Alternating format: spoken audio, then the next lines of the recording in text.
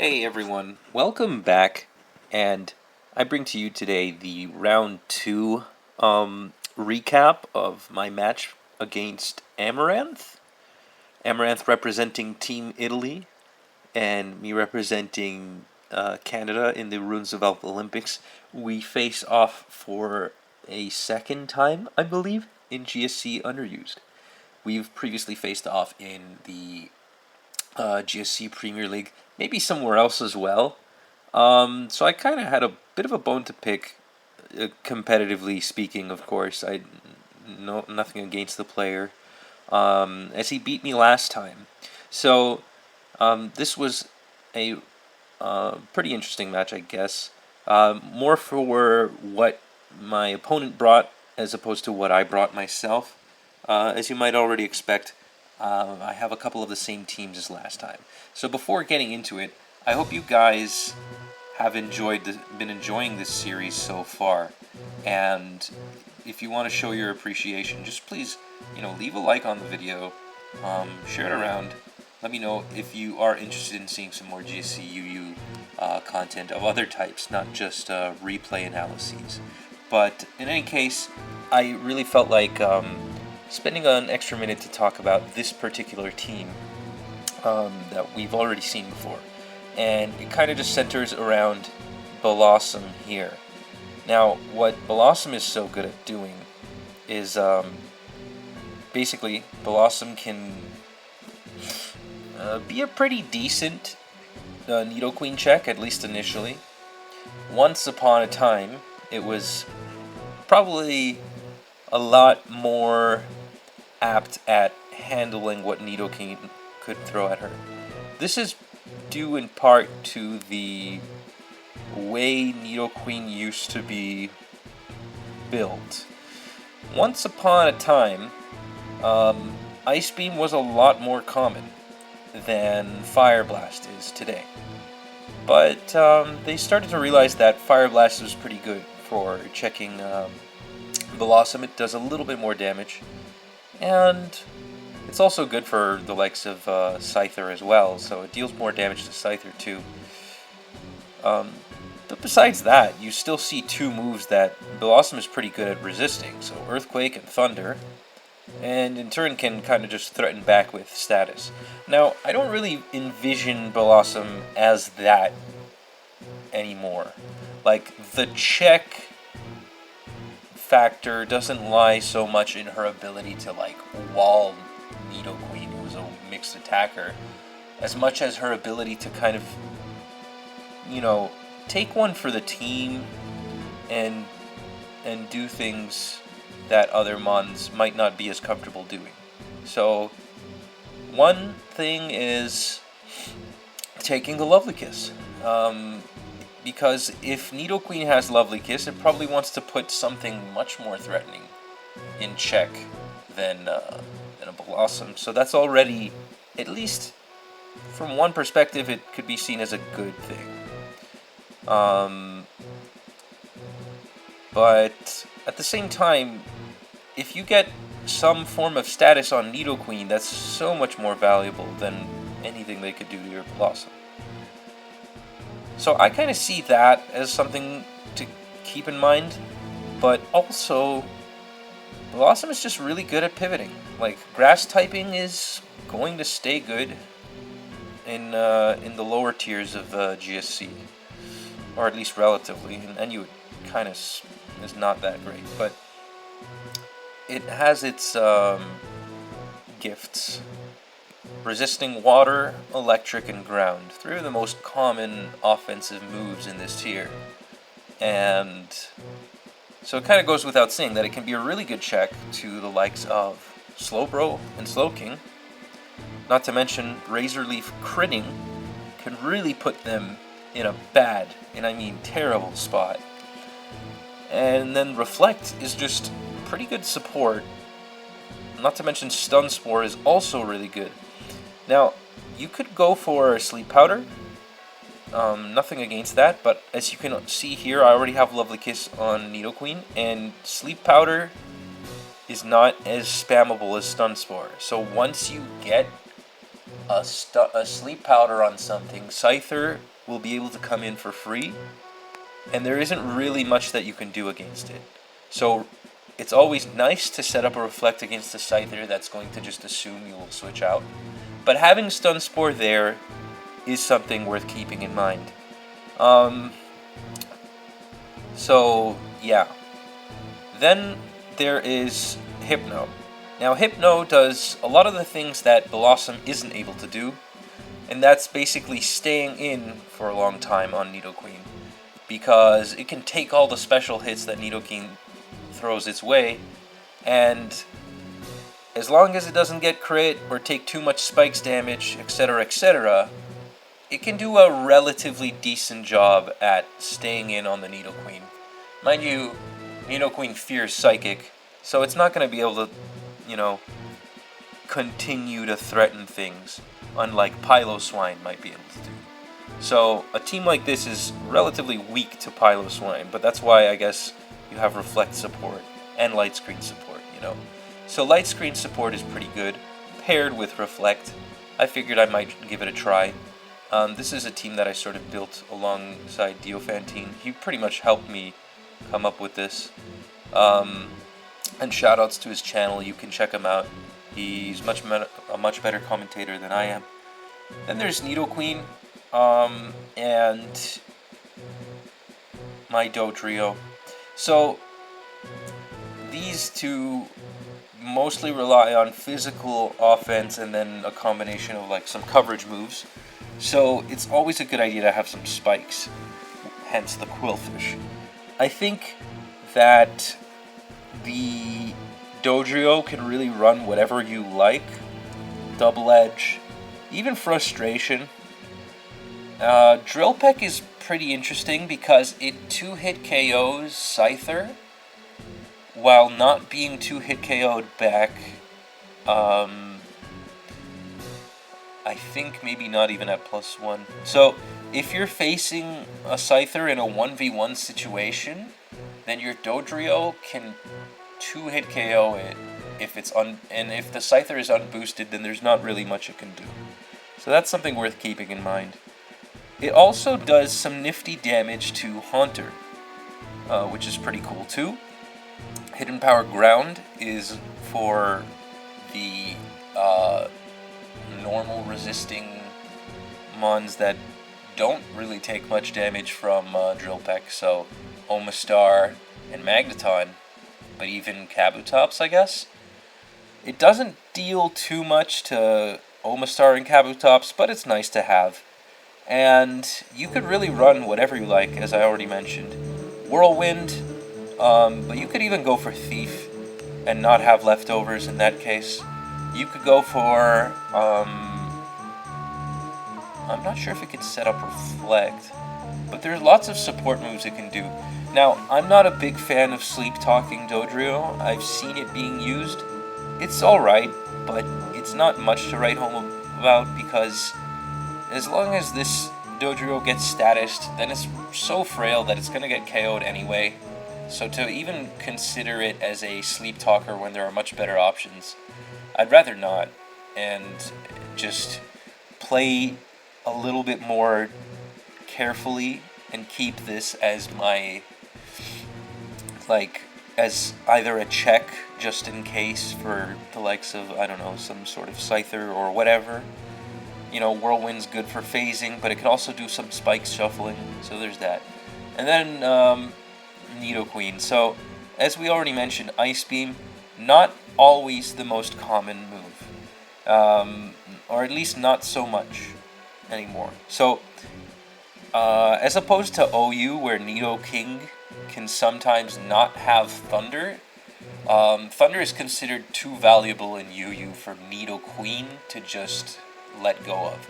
So you're going to actually sacrifice that coverage for something like Fire Blast or anything really. So the Fire Blast, as we already mentioned, does a little bit more damage. Ice Beam isn't necessarily as strong as, say, a Piloswine Ice Beam. And I actually made a post on that, and if you want, I'll leave a link in the pinned comments or something, which you can read. But the fourth move is usually a toss-up between Lovely Kiss or Moonlight, sometimes even Thief. Now, Thief is a very aggressive option, but it's also very situational. It may not end up being super helpful. And then you have to choose between Moonlight and Lovely Kiss. And when you have a single electric check, then I usually prefer Moonlight. That's also what Fan Team told me, and I kind of agree with this statement. So having the Blossom there enables using Lovely Kiss. And it's also a little bit faster than Piloswine, and it doesn't just invite Gyarados in. So in this regard, it's pretty good. Qwilfish, you gotta have it. It's the spikes enable so much. It not only enables these two physical attackers, but also Haunter. So that's something to keep in mind. And yeah. Alright, I think I spent like a million hours on this first commentary, but that's just to get an idea of this. So we can head on right back to the game for game 1 between me and Amaranth, and we'll have a look at it. So leading Chansey versus Hypno. For those of you not familiar, Chansey has a very, very scary move, and that's Present. So Present has a chance at OHKOing in this generation. A couple of special attackers, Pokemon whose secondary typing is special, or whose sole typing is special. The special typings are, like Fire, Water, Grass, Ice, Psychic, Dark, Electric, Dragon, and I don't know if I'm missing anything else, but those tend to have a pretty shitty matchup against that.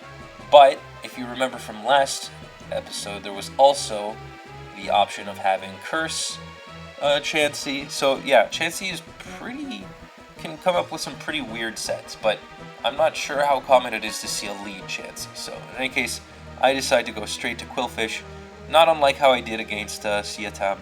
And I'm just going to get some Sludge Bomb damage on the Blastoise, put him in this weird situation. So Amaranth reveals that he has a Light Screen Chansey, so that's pretty interesting.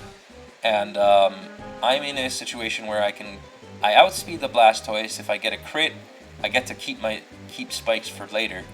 And Amaranth has to be a little bit careful. So he can use Rest and Sleep Talk and eventually whittle me down. So I also have to keep that in mind. So it's kind of a toss-up here. So he's going to go for Rest.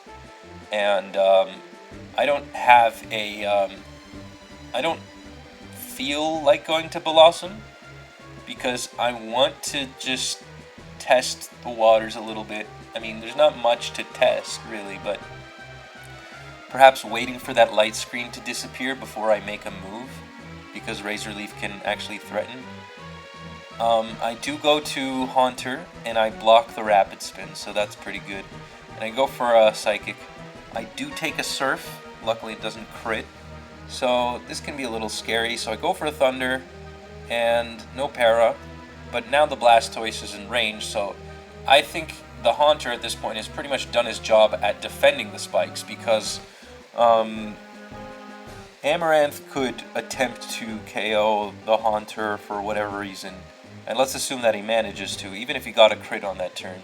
Well, Qwilfish is faster, so I don't think the Sludge Bomb is quite going to be enough, but it will be enough from here on, because here on out, Blastoise is at 33%, and if he takes spikes, he's going to be below the maximum roll of Sludge Bomb. So that's something to keep in mind. So I may Boom here. No, I go for Thunder. So yeah.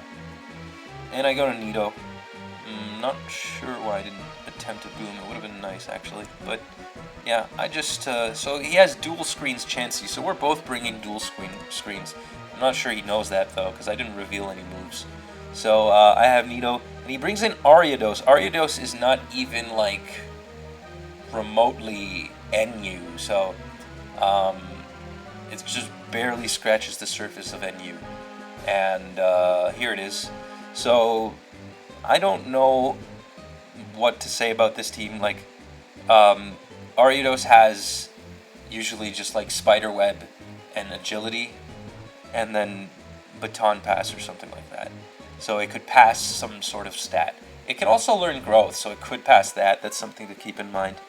But like, I don't know how threatening it really is. It's kind of weak. It doesn't immediately threaten to KO anything, and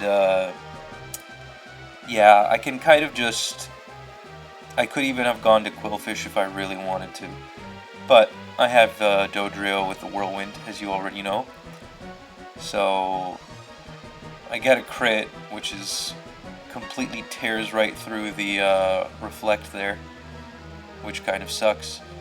And what do? So I stay in one turn and go for a weakened, what's it called? Hidden Power Ground.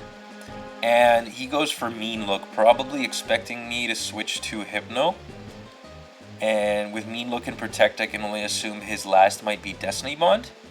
But I am faster than the Haunter, so I can kind of screw around with this Haunter. I Whirlwind, ultimately defeating the purpose of the Mean Look trap shenanigans. I go to my Sleep Talker as he reveals Jump Pluff, then I go to Blossom as he throws out a Leech Seed. And so I'm in a good spot. I go for some Razor Leaf Chip. Doesn't really do much, but hey. So now my Haunter is in a good spot, and honestly at this point, I see this team and I'm like, well, what could he possibly have in the back that's going to threaten this entire healthy team?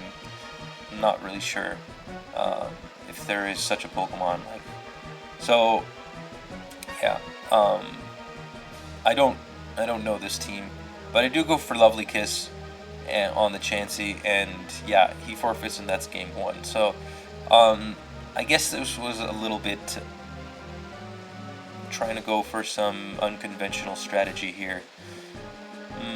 Not sure if I agree, but hey, you know, he beat me previously, so.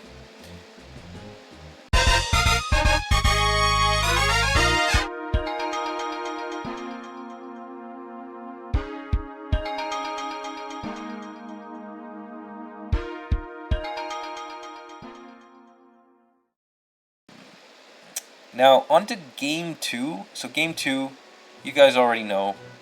I brought this team last time as well. I know, how fun.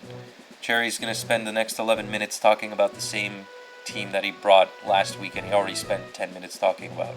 Well, okay, I guess you're right. So, I'm not going to be too long on this. So this time, I'm just going to point to the fact that I have a Seismic Toss, Psychic Hypno, Psychic, and Fighting. I know it's like fixed damage, but the fact that it can deal fixed damage to everything that resists Psychic is something worthy keeping note. And I don't know if I actually brought T-Bolt or Thunder. Sometimes I change it up. I think Thunder is nicer because it can deal more damage to Granbull, and it can potentially even 3-hit KO Hypno. So that's something worth keeping in mind.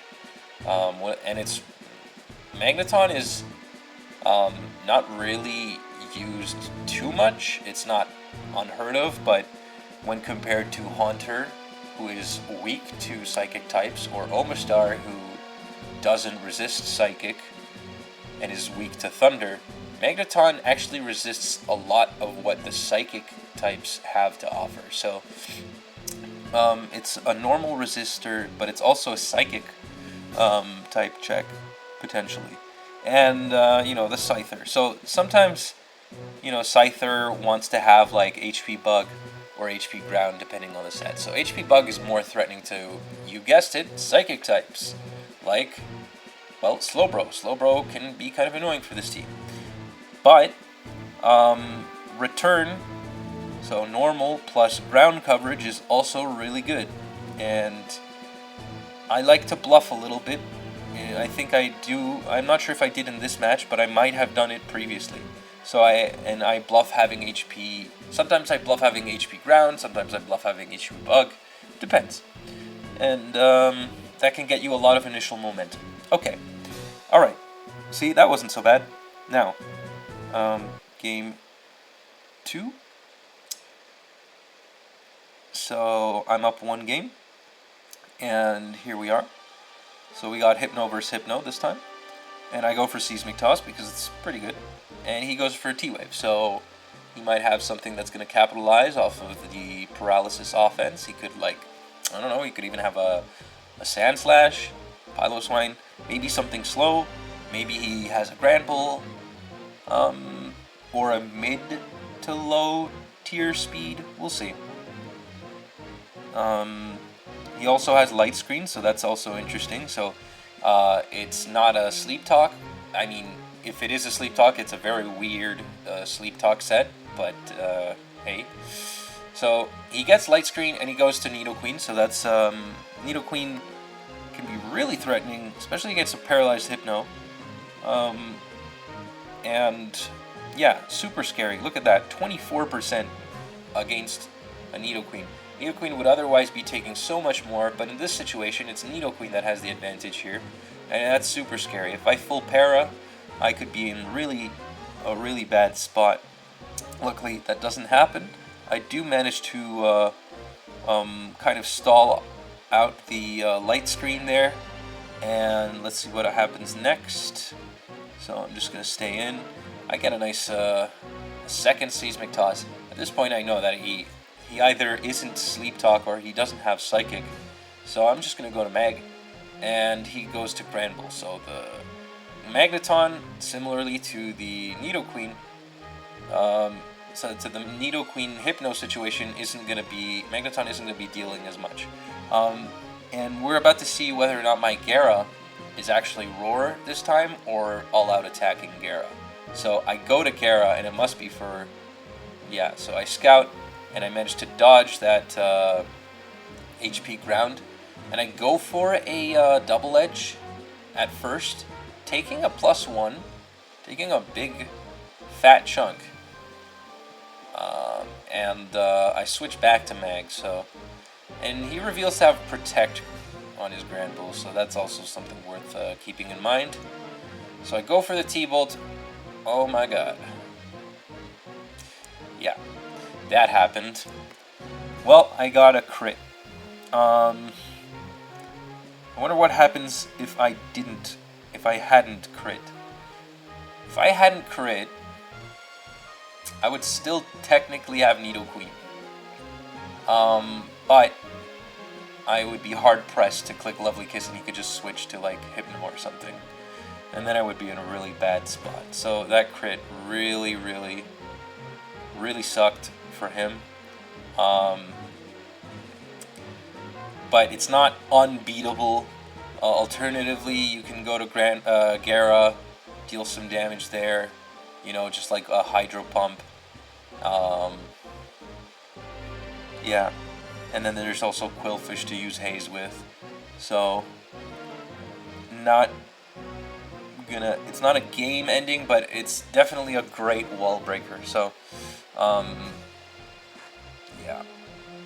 But that's the fact that, the fact that I managed to break with the T-Bolt, you know, only throw crit should be a sign of why Thunder would be so good, because with Thunder it's hardly an issue. I say hardly, but it deals a lot more. Like, so this crit does 84, maybe a little bit more, meaning it could deal upwards of 40%. Thunder, it's gonna deal towards 60. So yeah, I mean, I can corroborate that after. But yeah, so back to this situation, except this time he's staying in. So after, I guess he's a little bit salty after the crit from the previous game, but he gets a crit of his own, and we're gonna see where that takes us. So I'm probably just out of range of an Earthquake. Yeah, barely surviving, and managed to take out the Nido Queen. So that's he could have just gone back to Hypno, honestly, set up that light screen once again, go to Nido, and start threatening. Not sure why he didn't go follow through with that strategy. It seemed like a good one and a winning one. But I bring in my Quillfish, slightly faster than Gera. Not as threatening versus Gera, but you know, it's nice to have. I took out one pretty strong check. I probably shouldn't be throwing it away like that, staying in on Thunders that I luckily managed to dodge, because like, what if he has a Scyther? I don't know. So if he does have a Scyther, yeah, I would have been in a pretty bad spot. So if he were like HP ground Scyther, yeah. So another Protect, so that's also pretty interesting. With Hidden Power Flying? Yeah, probably Hidden Power Flying. And the T-Bolt there, Magneton just faster than Hypno. And it KOs the Hypno, so yeah, there's that. And now Magneton is a pretty good check against Haunter, so that's good. Even if it gets put to sleep by Hypnosis, that's not too much of an issue. Look at how little that does. I wake up on the turn that I click Sleep Talk though. That's annoying. And yeah, this game was rather quick, so Amaranth ends up forfeiting. Yeah, this second game, I'm gonna give it to him. It went a little bit in my favor due to RNG reasons more so than team choice. But I don't know if I agree with the initial choice for game 1. So also, I think that the winning strategy really would have been to try again with that light screen, because it looked like it was working, and he even got a crit, as you all saw, so that would have been a nice thing to see. Light screen plus Nido Queen, really underrated strategy, really good. So yeah, I hope you guys enjoyed. Make sure to stay subbed, you know, keep watching this stuff that I have for you, and I'll keep you updated. And GG's, and I love you all. Bye-bye.